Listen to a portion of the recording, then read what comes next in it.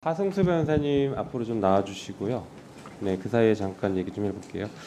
검찰 정상화법에 대해서 자꾸 뭐 여러 가지 얘기들을 하시고 뭐 위헌이다 아니다 이런 얘기까지 하시는데요.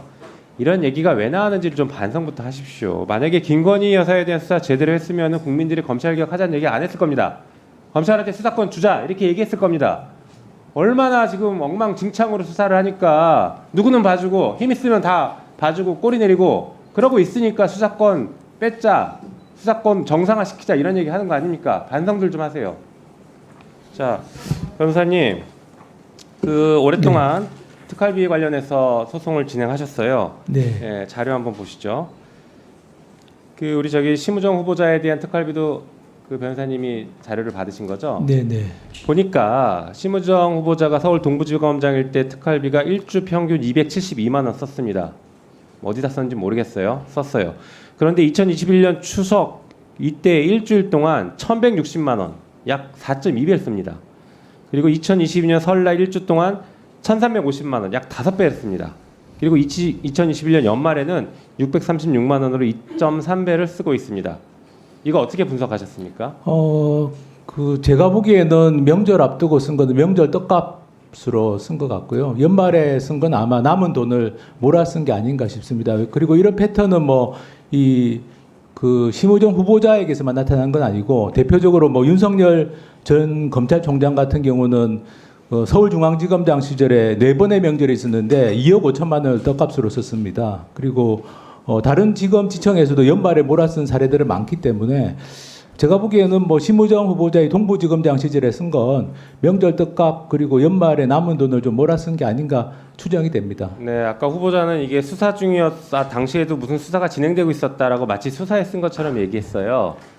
자, 후보자님, 이 떡값입니까 아닙니까? 딱 그것만 답변해 보십시오. 떡값 아니에요? 예. 네, 답변 들으셨죠? 어떻게 보십니까? 기획재정부 지침에 따르면 특수활동비는 필요한 때 특수활동을 실제 수행하는 자에게 지급하도록 되어 있습니다. 그러면 명절을 앞두고 갑자기 특수활동이 집중될 리가 없고, 그리고 예를 들면 1,350만 원을 쓴 2022년 1월 같은 경우는 28명에게 이렇게 특활비가 지급된 걸로 나오는데, 사실 28명에게 그렇게 동부지검에서 갑자기 28명이 특수활동을 실제 수행했을 리가 명절을 앞두고 그럴 리는 없다고 생각해서 저는 솔직하게 그냥 명절 떡값으로 썼다라고 인정하시는 게 좀 좋지 않을까, 국민들에 대한 예의가 아닐까 싶습니다. 그렇죠. 네, 그 다음 페이지 보여주시죠.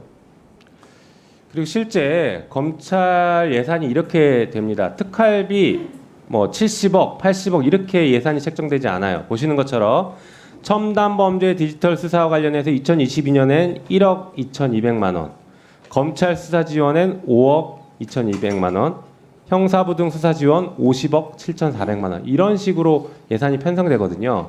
그럼 방금 말씀하신 것처럼 특활비는 이 예산 편성된 그 항목대로 그 수사와 관련된 항목에만 지출을 하는 게 맞죠? 그렇게 해야 되는데 그렇게 하지 않는 걸로 알고 있습니다. 그렇죠. 네. 다시 말해서 저번에 법무부 장관은 마약 수사 때 마약을 사는데 특활비를 쓴다 이 얘기를 했어요. 그 돈은 2억 7,500만 원을 넘으면 안 되는 거죠. 원래는 그런데 검찰 같은 경우는 일단 저렇게 해서 예산을 받으면 그냥 섞어서 그냥 정기적으로 지급하는 거는 전국의 검찰청에 나눠주고, 맞습니다. 나머지 수시분이라고 하는 건 검찰총장 임의로 그냥 자의적으로 쓰고 있는 걸로 봅니다. 맞습니다. 실제로 저희가 법사위에서 현장 검증 갔을 때에도 특활비 때문에 갚는데 그렇게 관리를 하고 있습니다. 이 예산 항목대로 얼마를 썼다라고 전혀 관리하지 않습니다. 조금 전에 후보자도 항목을 모른다라고 답을 해요.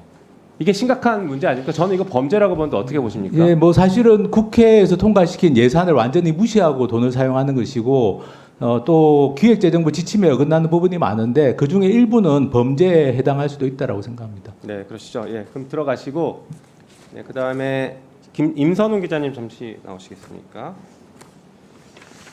네, 기자님도 오랫동안 특활비 문제를 취재를 하셨는데, 심우정 후보자를 비롯해서 특활비의 문제점들을 누구보다 잘 알고 계실 것 같습니다. 네. 그 문제점 짧게 말씀 주시고, 특히 심우정 후보자가 법무부 차관 시절에 법무장관 특활비 비공개 처리했던 적이 있었다라는 얘기가 있는데 거기에 대해서 좀 말씀 주시면 좋을 것 같습니다. 네. 시간이 별로 없어서 그냥 답변하시면 됩니다. 네. 상관없이. 일단 그 검찰 특수활동비 자료 같은 경우에는 제가 확인한 자료가 지금까지 공개받은 자료 전체 확인한 게 6만 장 정도 되는데요. 6만 장 중에서 집행 내역을 좀 구체적으로 가리지 않은 검찰에서 실수로 가리지 않은 자료가 한 0.2%, 한 100장 정도가 됩니다. 이 100장은 이제 특수활동비를 어디다 좀 썼는지 구체적으로 알 수 있는 그 증거들이죠. 직접적인 증거들인데 이를 보면은 사실 특수활동에 썼다고 보기 어려운 것들이 대다수입니다. 이를테면 뭐 파리바게뜨 한정판, 헬로윈 케이크를 샀다든지, 뭐 스타벅스에서 음료를 사고 뭐 상품을 받기 위한 프리퀀시를 적립했다든지, 공기청정기 대여비로 썼다든지, 아니면 뭐 검사들하고 가서 이제 한우나 뭐 염소고기 이런 회식을 했다든지, 그러니까 그야말로 이 각양각색의 오남용 사례가 나오고 있고요. 그럼 반대로 얘기했을 때 0.2%를 제외한 99.8%의 집행 내역이 실제로 공개된다면 어떨까요? 아마 그 결과는 뭐 모두가 상상하는 것 이상의 오남용 부정사용 실태가 드러날 것으로 보입니다. 좀 아까 하승수 변호사께서 설명하신 이런 이제 특수활동비가 특정 기간에 몰려서 집행되는 것 또한 특수활동비를 특수활동에 쓰지 않는다는 아주 강력한 정황으로 보이고요. 제가 뭐 지금 간략하게 말씀드릴 수 있는 그 부정사용과 오남용의 증거들은 이렇게 두 가지, 가리지 않은 영수증을 통한 직접 증거, 그리고 특수활동비가 공교롭게 특정 시점에 아주 폭발적으로 금액이 증가한다는 정황, 이렇게 일단 두 가지를 설명드릴 수 있을 것 같고요. 정보공개 청구 관련해서는 제가 이제 올해 1월에 법무부 장관, 역대 법무부 장관의 특수활동비 자료를 공개해달라는 청구를 했었고요. 그 당시 이제 정보공개 답변, 이제 담당 직원으로부터 전화가 오기를 이제 200장 정도 자료가 다 준비가 됐다. 이제 당신이 와서 가져가든지 우리가 보내주면 되는데, 당시 이제 차관, 그러니까 심우정 후보자의 결재가 안 나고 있어서 조금만 기다려달라는 얘기를 해요. 그리고 나서 좀 시일이 지나서 한 일주일, 6일 정도 시간이 지나서 이 법무부로부터 통지가 옵니다. 왔는데 이제 정보 비공개 결정이 내려진 거예요. 그래서 황당하잖아요. 그래서 이제 그 배경을 좀 살펴봤던 것이죠.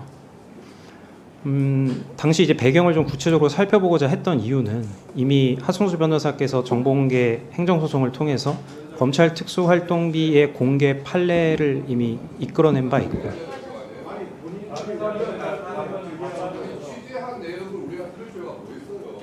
아주 중요한 증거 내용인데요. 네, 새로운 내용이라. 네.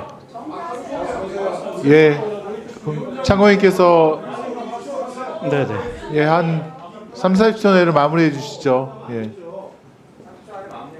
네, 알겠습니다. 뭐 아무튼 그렇게 해서 이제 정보공개가 비공개 통지된 것을 뭐 배경을 좀 살펴봤고, 뭐 법무부 내부 직원으로부터 일종의 뭐 증언 비슷한 것을 들을 수 있었는데, 당시 이제 법무부 장관의 특수활동비 자료가 공개되는 것을 기화로 해서 이 검찰 내에 법무부에 이제 파견되어 있는 엘리트 검사들이 주로 속해 있는 검찰국이라든지 이런 곳에 특수활동비 자료가 연쇄적으로 공개되는 것을 좀 우려한 것 같다라는 취지의 답변을 들었고, 그 내용으로 당시 이제 비공개 결사 결정에 뭐 국민의 알 권리나 이런 부분들은 좀 등한시되어 있는 것이 아닌가, 뭐 그런 의혹을 뭐 갖고 있어서 관련 내용을 뭐 기사화한 적이 있습니다. 네, 알겠습니다. 예, 김영우 의원 수고하셨습니다. 예, 잠깐 답변 드려도 되겠습니까? 주진우 의원님, 예, 질의해 위원장님, 주시기 제가 바랍니다. 잠깐 답변 드려도 되겠습니까? 제가 하나 좀 말씀드려도 되겠습니까?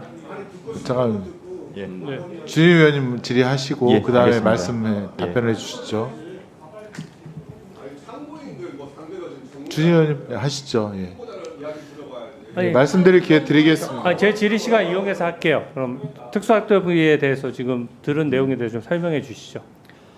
예, 우선 지금 특수활동비가 일선에 내려갈 때는 세부 항목이 지금 뭐 달리 지금 사용된다고 계시는데, 수사라는 게 하나의 수사만 있는 것이 아니고 수사 자체가 여러 가지 성격을 가지고 있어서 그거를 일일이 구분해서 쓰기 어려운 경우들이 많습니다.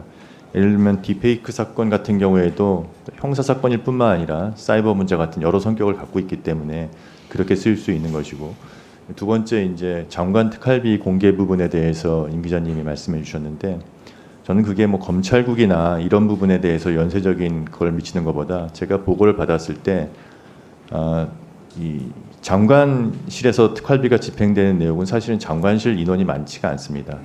그래서 지난 정부에서 장관실 그 특활비 집행 내역이 공개되는 것도 마찬가지로 모든 기준과 원칙과 동일하게 편성 집행 목적이나 수령자가 특정될 수 있는 내용은 정보공개 판결의 취지상 공개돼서는 안 된다는 그냥 그런 원칙과 기준에 따라서 저는 지시를 했을 뿐입니다. 만약 윤석열 대통령이 탄핵이 된다면 어디로 돈이 몰리게 될까요? 이런 뉴스들을 보시면서 동시에 부자가 될 수 있다면 믿으실 건가요? 지갑에 단돈 10,000원이라도 있고 시사 정치에 관심이 있으신 분들이라면 지금 당장 돈을 벌 결심을 하셔야 합니다. 정치 뉴스를 꾸준하게 잘 챙겨보는 것만으로도 돈을 벌 기회가 있고 또 이미 큰 돈을 버는 사람들이 있죠. 이 사람들의 차이점은 뉴스를 단순히 뉴스로만 보는 게 아니라 실제로 어떤 종목들에 큰 영향을 미치게 되고 그렇다면 어디에 투자를 해야 돈이 몰리게 되는지 알고 있습니다. 월급만으로는 절대 채울 수 없는 부를 축적하고 있는 것인데요. 얼마 전 한강 작가가 한국인 최초로 노벨상을 받았다는 것을 구독자 여러분들 모두 아는 사실일 겁니다. 이때 부자들은 재빠르게 노벨상 수혜주 종목들을 찾았고 그 결과 예스24라는 종목이 순식간에 2연상을 하며 200% 가까이 오르게 되었죠. 저희 구독자 여러분들은 이미 다들 아시겠지만 이 예스24 종목은 저희가 정확히 어느 가격에 매수해야 하는지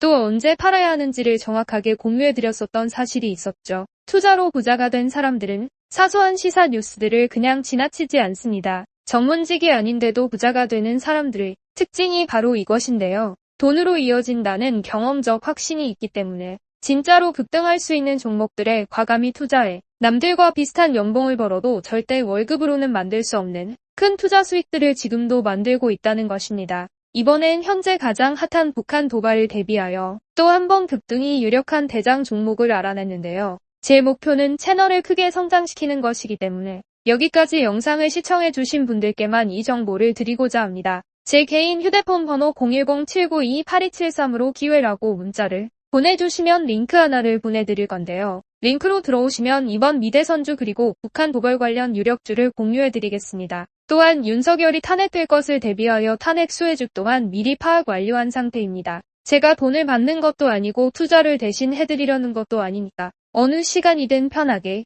문자 한번 주시면 되겠습니다. 단돈 10,000원으로라도 시작해야 하는 게 투자와 재테크죠. 수익을 보시게 될 여러분들께 제가 바라는 것은 딱 하나입니다. 지금처럼 제 채널의 구독과 좋아요를 눌러주시고 새로운 영상을 만들 때마다 시청을 해주시면 됩니다. 제 번호를 꼭 기억해주세요.